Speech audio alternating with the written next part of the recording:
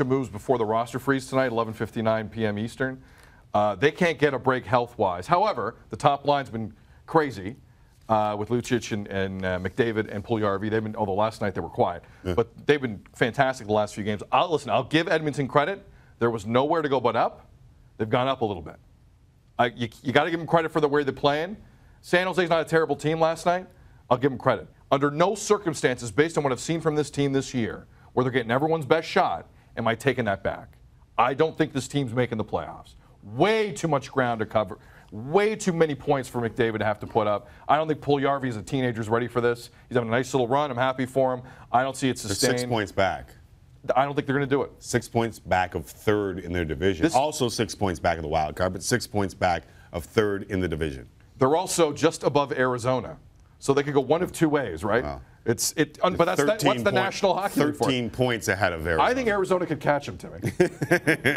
I think there's not time for Edmonton to make the playoffs, but there's time for Arizona to catch 13 them. points. My math works out if you think about it. This is the problem with, or the beauty of the current NHL, is that there's always a bunch of teams between you and that playoff spot if you struggle to start. But this is how it changes for the Oilers, right? Draisaitl had a wonderful game, primary assists, looked good. Nugent-Hopkins turning it up. He had 2 more points last night. 19 points since the start of November. That's 24 games. He has 2 more goals than Connor McDavid does on the season. You never would have thought that happens. Whether that continues, I don't know. Lucic turning it up, as you mentioned, 19 points last 24 games, which is the start of November. So there you have the numbers. Nugent-Hopkins since the start of November. Draisaitl healthy, playing well. Strome gets 2, Sydney, although one of them an empty net goal that was kind of sort of tipped into the net. That's the way the Oilers get back, right? They get the balance. You need everybody. And you need everybody. It takes a village. Right. Today, the Leafs. It took a village. Right. Right? It has to be the way.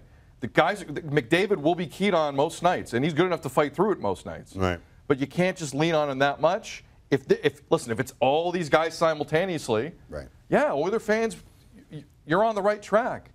How many times have we seen this year? Oh, not like a handful. How many times have we seen back-to-back wins? Correct. How many times have we seen back-to-back wins in regulation from the Oilers? You haven't seen it, but I believe, having watched last year, given the bigger sample size, that the way they've played in the last little while is more like the team that I thought we were going to get this year, and the team that I've seen in the last little while is less like the team that I saw through the first 25 or so games of the year. I mean, it could go either way.